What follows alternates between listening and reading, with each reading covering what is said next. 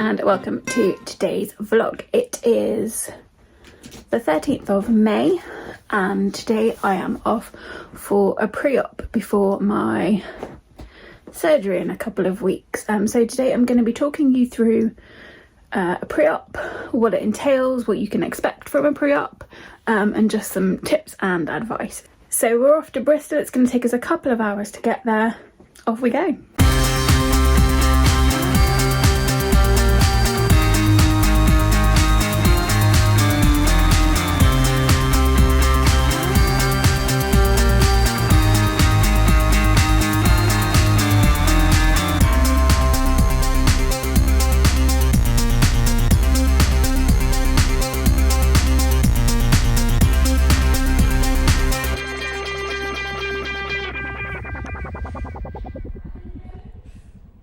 Hi, so let's scratch what I said earlier, and today I won't be talking you through what to expect from a pre-op, because what I was expecting from my pre-op is not what I got.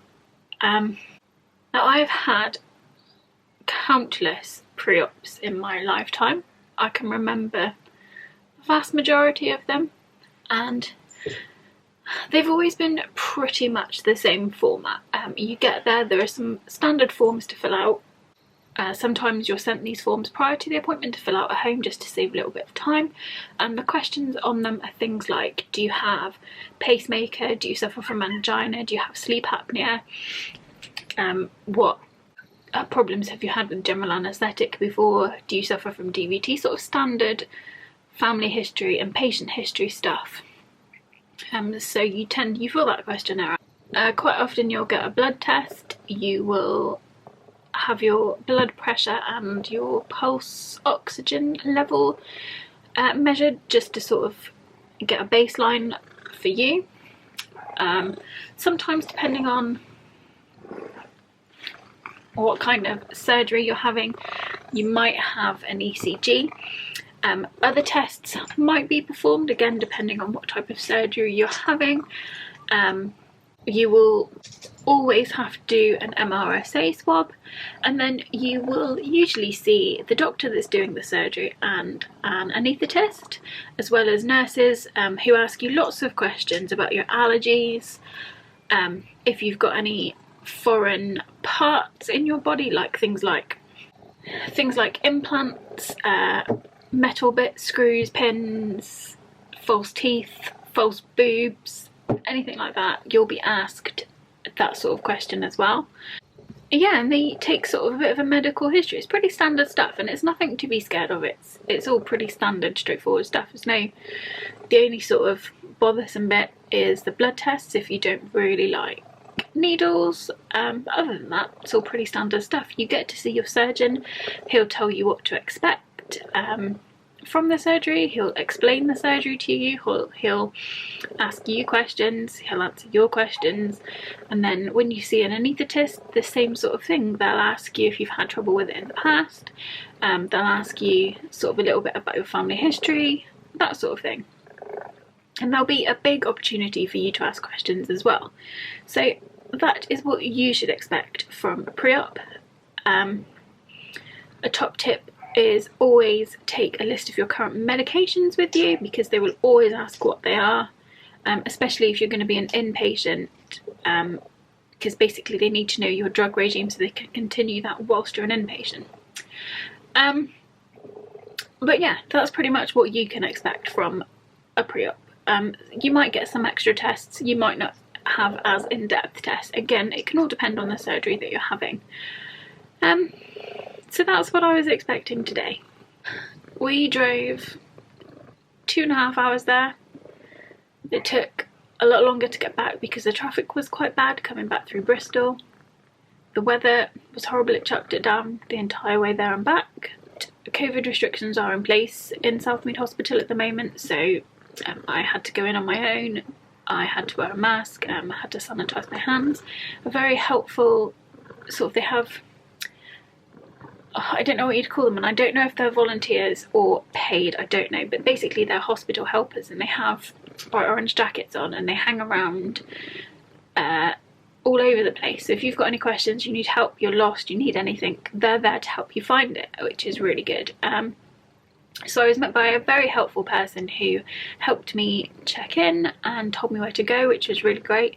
I had to go to gate 36 in Southmead Hospital, which is very far down the corridor. Southmead Hospital is ginormous. It's really, really big, and it's really confusing. I don't know, maybe it's not confusing because I don't find my local hospital confusing, but some people do. I think the more you've been there, I suppose the more you're used to it, really. But anyway, so I got there, I walked down the very long corridor by myself because my husband wasn't allowed in with me. I waited for my name to appear on the screen, and that then told me the next place I had to move along to. So I went to the next waiting room, where I was met by a receptionist who handed me an iPad, basically, and on that iPad were those standard questions I was talking to you about earlier, but not all of the standard questions I expected, just some of them. So there were things like, do you suffer from angina? Have you ever had a DVT? Do you have COPD? Those sorts of standard medically questions, and things that are relevant to having a general anaesthetic, because things like DVTs and sleep apnea and how many pillows you sleep on and stuff can affect how you breathe during a surgery. So they ask lots of those sorts of questions. They ask if you're on any extra medications, but this sort of form on the iPad was just yes, no, unsure, and you just tapped through each thing, and then that was the end of it. And then I think the last sort of question asked if I was under any other specialties, which I am, so I had to list those. I handed that back to the receptionist, and then I waited. So I assumed that was the questionnaire part of the pre-op, and that, yeah, we'd go from there. So the first person I saw was a nurse. It's usually a HCA that would do the first part of the assessment, but she explained to me that because they were short-staffed, she was a registered nurse, and she was going to carry out the test today instead. So the first thing they do is weigh you, which was horrible, and then they get your height.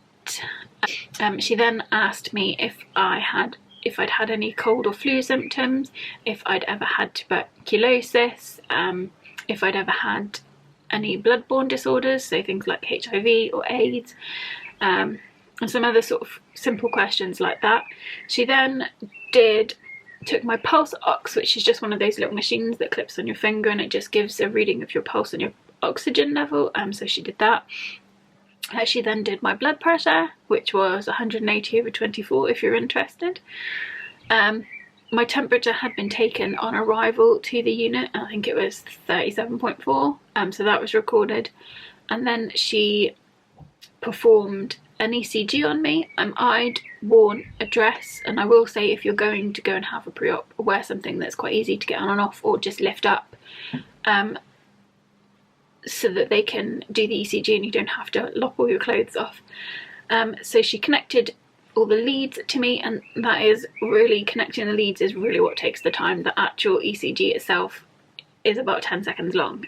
It's a big old ball ache of sticky things, sticky pads and leads to stick to you for a 10-second test. But yeah, so she did the ECG, she printed the results of that out, and then we did the MRSA swabs. And if you've never had one of those before, it's basically a very long cotton stick.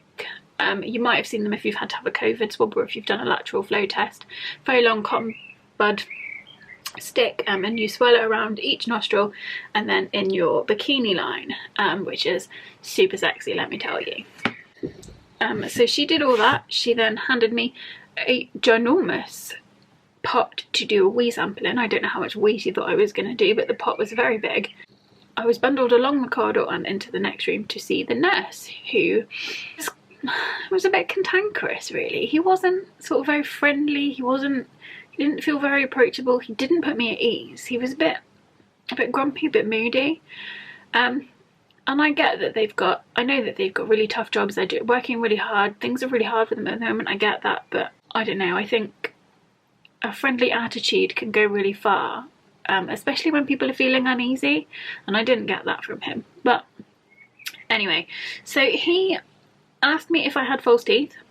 He then listened to my lungs, he listened to my heart, and then he took some bloods from me, which again is pretty standard. He also asked me if, in the event that I needed a transfusion, would I be happy to have a blood transfusion. I answered yes, I'm happy to do that, that's fine. And then that was it. He didn't sort of give me a chance to ask him anything. He just stood me up and said, right, I'll show you where you can do your wee sample, and then just go back to the waiting room. The pharmacist is the next person to see. So I went into the designated wee sample toilet.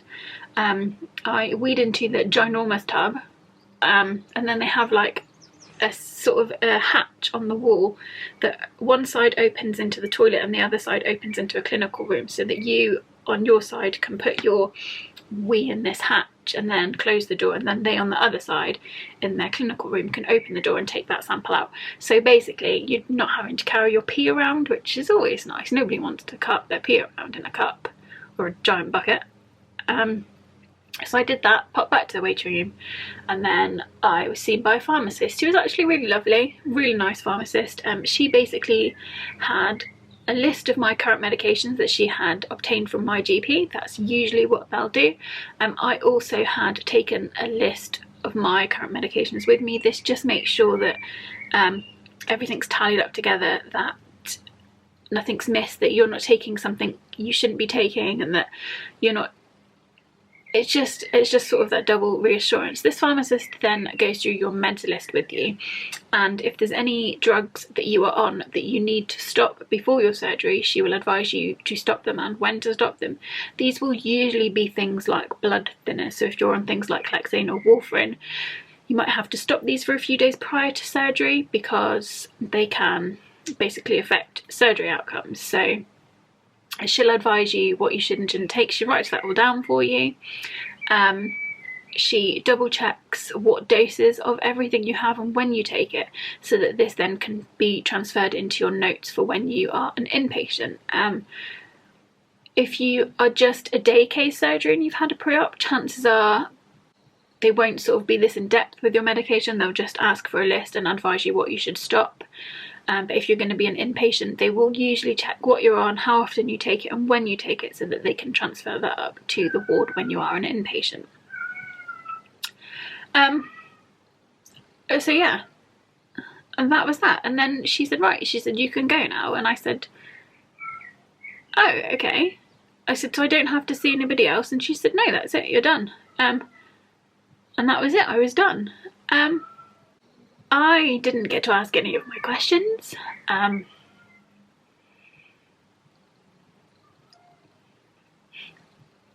This surgery is like a really big deal.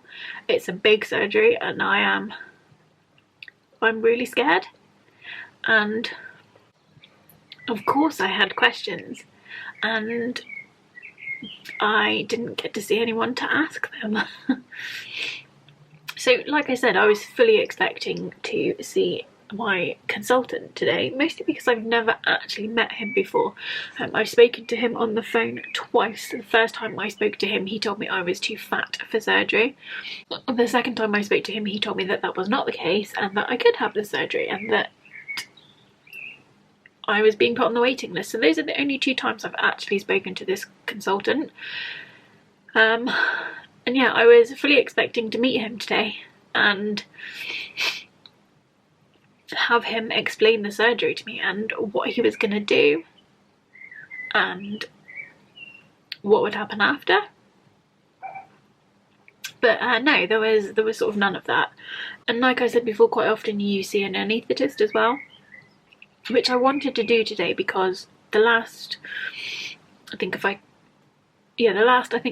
surgeries I've had with the general anaesthetic, and I'm talking over sort of the last four years, I've had 5 surgeries all with a general anaesthetic, all of which where my blood pressure has dropped through the floor and I've been very unwell.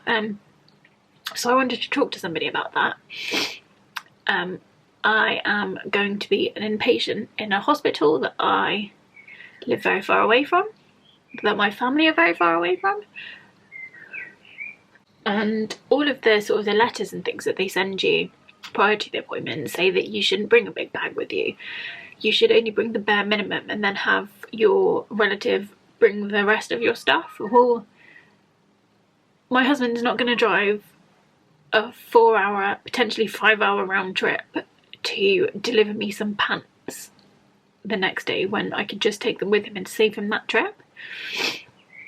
So I wanted to ask about that. I wanted to ask about visiting.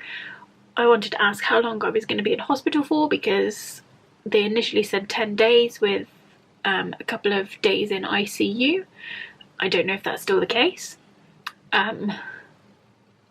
I was told initially that I was going to come out of hospital with catheters. I don't know if that's still the case, because there was nobody there for me to ask.